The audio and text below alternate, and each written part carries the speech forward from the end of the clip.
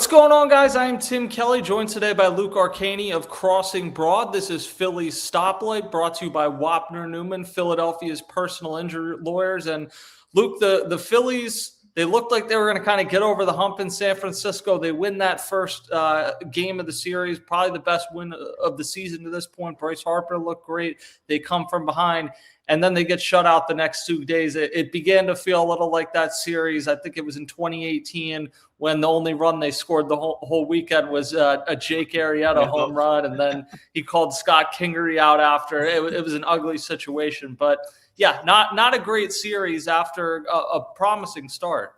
Yeah. I mean, even a promising start to the road trip, right? You go out the first game in Colorado and put up, 7 runs in the first inning?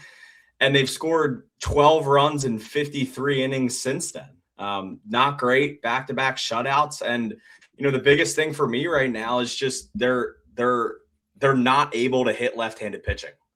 That's their biggest concern by far right now. They are 29th in baseball after this game against left-handed pitching, only trailing the Colorado Rockies by 2 points in the OPS category there. That's not a good place to be. It is not. And it leads us perfectly into our first topic, that right-handed hitting is a problem for this team right now. And that's not to say, like, Kyle Schwarber's had a slower start. He did walk twice today, but he's hitting under 200. Bryson Stott doesn't really play against lefties much, but he's had a slow start. Brandon Marsh really isn't playable against lefties, so that's part of your problem because you're relying on him to be one of your big hitters against righties and then not in the lineup against lefties. But you just go through some of the right-handed options. Otto Kemp has become a bit of a punching bag. He's 2 for 13. The bigger problem to me is his fielding looks awful. I'm not going to make any sweeping judgments based off of 13 at-bats. I think he'll hit still. It's clear, though, the spotlight is really on Otto Kemp early on because of how much he was hyped up in the offseason. So you have Otto Kemp struggling. You have Alec Boehm hitting 186 with a 560 OPS. He had a really good opening day. Hasn't done much since. JT Realmuto was out of the lineup for this game because he got hit on the foot, left Tuesday's game early by a foul ball. And then Trey Turner and Adolis Garcia have had some moments, but they've been inconsistent too. So what stands out to you among these righties where really none of them are off to a great start and some are off to downright bad starts? Yeah, I mean, the big one is Boehm, right? I mean, heading into this year looking for a contract, and after 2 years of trade rumors and stuff like this, and just kind of an awkward off season, I would say, for Boehm. Like, it just feels like if you're a player like that knows you could get traded, it's just coming back into the same situation where the fan base is very hit or miss on Boehm, and it's very miss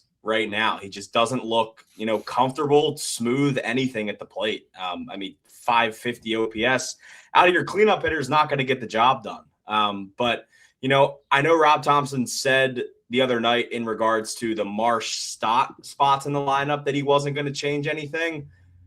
I'm curious if he starts to maybe rethink that sooner rather than later. Just, maybe is it worth a shot trying Adolis in the 4 spot? Because, you're not going to win many baseball games when your cleanup hitter has a 550 OPS. And yeah, it's early, but it's also 12, 13 games. Like, it's early, but it's not that early anymore. You should be getting something going at this point, and really hasn't, been for anybody.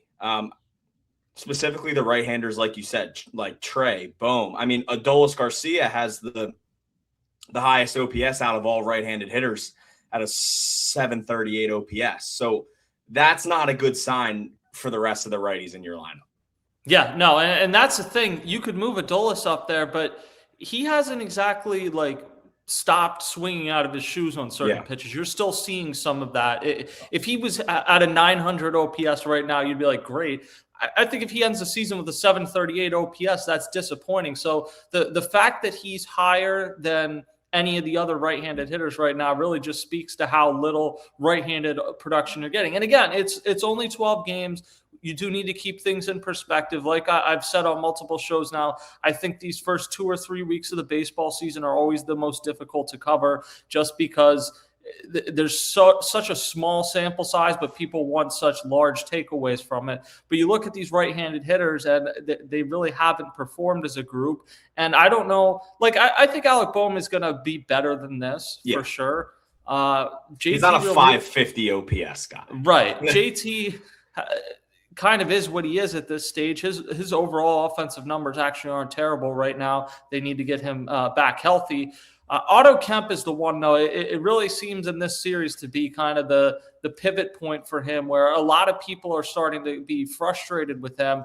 I just don't think you've had enough of a sample size offensively. I know there's lots of calls for Brian De La Cruz. The problem for Otto Kemp is third base is his natural position, and he really struggled there last year. And now he's getting this shot in left field on the days where Brandon Marsh isn't playing, and he hasn't hit so far. You can write that off because it's a small sample size, but he hasn't hit so far. And the fielding looks bad, which surprises me a little bit because I actually thought when he went out there last year in a limited sample size, he looked more comfortable there than he did in the infield. Absolutely. Yeah. I mean, left field was way more of a success for him last year than third base was, no doubt. But yeah, it's just, I mean, that's a big spot because, Brandon Marsh is a very productive player against right-handed pitching. I know you wrote a story about it a few weeks or days ago. He's one of the best players in baseball over the last calendar year against right-handed pitching. When you take him out of the lineup, you can't afford to lose that production out of the left field spot. And nonetheless, I think we know that, Marsh doesn't play a good center field. He plays a very good left field. Otto Kemp does not. And I think it's been a lot worse than it was last year. Last year, I thought was at least serviceable. Like it wasn't great. He wasn't going to win some utility gold glove, but it was serviceable. He wasn't losing you games or losing you runs. There's been multiple situations already this year where if he gets to a ball, one last night on Tuesday night, it led to a couple runs. Like, he's hurting you right now in left field more than helping you. Yeah, and I think that's true. Now, I think they're going to ride it out for a little. If you want a silver lining or to try and spin it in a more positive way, you just played in two of the more difficult outfields to navigate. And that's also what I said last night about Justin Crawford, too. It was like he had the one ball that he misplayed, and then he misplayed one in Coors Field. Those are two of the hardest outfields to play in all of baseball, and it's rough for Crawford especially. It's the first road stadiums that he's played in are maybe the two hardest outfields in baseball. It's true. At the same time, like, you're not going to be in Coors Field in the playoffs, but you could be in San Francisco. Yeah. You could be in Atlanta. Some of these bigger outfields, it's easy enough to say, well, Citizens Bank Park isn't that big of an outfield. You can kind of hide a guy in left field. And to a degree, you can do that at home, especially when it's somebody that's probably only playing for the first 5 or 6 innings of the game. It becomes a lot more difficult when you're at some of these away stadiums where there's bigger outfields. So I don't think the Phillies are going to reverse course on Otto Kemp, but I certainly think there's some pressure on him now because he hasn't gotten out of the gates well. Also, who hasn't gotten out of the gates well is Jose Alvarado. Yeah. He threw 11 of his 17 pitches for strikes on Wednesday, which was actually an improvement over what he had done in at least one outing in Colorado and probably multiple this season. But then he threw a ball into the outfield today, a routine ground ball, a night after so much was made of Ryan Kerkering having a ground ball on his first at bat back. You get Jose Alvarado gets one. He comes up, fields it, and just throws an uncatchable ball to Bryce Harper at first base that goes into right field. And really that ends up being responsible for 2 runs scoring that inning. So I think it's a discouraging start for Jose Alvarado. Who knows how often he's going to be required to field this year. In most cases, the catcher is going to come out and get the ball instead of him. But the lack of strike throwing ability and how wild he's been, I think is a concern. It's 100% a concern. And it's even more of a concern than it would have been in a situation like this time last year, because he wasn't your biggest lefty. Now he's your number 1 lefty. So, he's going to have to take down big time left-handed innings this year. He just doesn't look like he's in any sort of a groove. I feel like when Alvarado gets going, you see him run out and you see him get on the mound and he just feels like he's in a groove and he's in this zone.